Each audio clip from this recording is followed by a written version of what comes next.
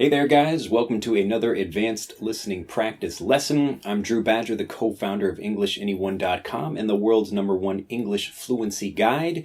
And it is a pleasure to be with you again. Today, as you can see, I don't have any special background. I don't have much time to make this video, but I thought it was an important video to make, so I wanted to just set up the camera and make it quickly for you. So I hope you enjoy it. As always, this is a faster series, a faster set of videos that I'll be making, and if you're not quite familiar with how quickly I speak normally, or you're not used to the sound of my voice, I highly recommend you go back and watch the previous videos in this series, or not in this series, excuse me, but on the channel so you can see things that are focusing on idioms or phrasal verbs or grammar or something like that. So they're slower and much more specific about what they're working on. So if you can go and review those first and then come back and watch this series, you'll enjoy it much more because I will be speaking at native or faster than native speed. Anyway, let's get going with the lesson. So I want to talk about something interesting. I got a mail from a learner, somebody that's been following me for a while. His name is Nicolau. Hopefully I'm pronouncing it correctly. But he was asking me about a phrase. This is a particular English fluency bit that I thought was really interesting, and then I thought instead of just answering him, even though I did reply to him with a response, or I did reply with a response. That sounds weird. I replied to him. I don't want to be redundant. But anyway, so I responded with an email back to him, but I also wanted to, because I thought it was such an interesting topic, to make it for everybody. So here I am with this video. So the phrase was, "It never ceases to amaze me that something something." And you can actually look for the spelling of this in the title of this video. So it never ceases to amaze me. We begin with a more kind of advanced phrase like this. It never ceases to amaze me. So first of all, the word cease means to stop. So if you hear like police officers in movies, they will say like cease and desist or like stop doing something. It just means to stop doing something. So like please cease, to cease doing something. So I will like cease, usually it's kind of a more legal term when you're asking another company to do something or to stop doing something. You would tell them, you could send them a like cease and desist order. It just means to stop doing something. Anyway, so when we get I got like an itch on my nose. When we do something, when we're talking about it like a longer phrase, and we want to remember this, we begin with just the actual phrase, like it like never ceases to amaze me that, it's always like beautiful in California or something like that. So whatever the phrase happens to be, excuse me, but we're taking a phrase and then we begin to break the phrase down first to understand it. So it never ceases to amaze me becomes it never stops amazing me. It never stops amazing me. So anytime you're learning a new phrase like that, you want to take like a word that might be a bit more difficult and then put it into words that you can understand. So when you're learning something, we take it, make it a bit easier. So it never ceases to amaze me, it never stops amazing me, or it becomes I'm always amazed by, or something is always amazing. It's really what we're saying, but again, an English fluency bit, one part of an English fluency bit is taking a regular phrase, like a regular idea, but expressing it in a more complex and more conversational way. So we're still trying to say the same thing, but it just sounds a bit more native and a bit more intelligent, that kind of thing. So you can say, I'm always amazed by the beautiful weather in California. I'm always amazed by the beautiful weather in California. I'm always amazed that my friend is able to make such fantastic food with such simple ingredients.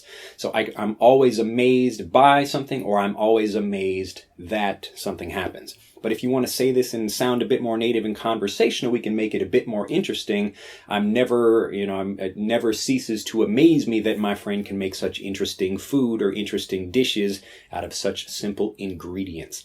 So it never ceases to amaze me that something something in that way. So whenever you're learning a phrase like this, and you can tell when you're hearing an English fluency bit because it's kind of a little bit of extra that's put in there, usually to connect two different sentences together, two different phrases or two different ideas, and then you're taking something that could be just expressed in a simple way, like it's amazing that, like wow, it's amazing, the weather in California is always beautiful, that kind of thing.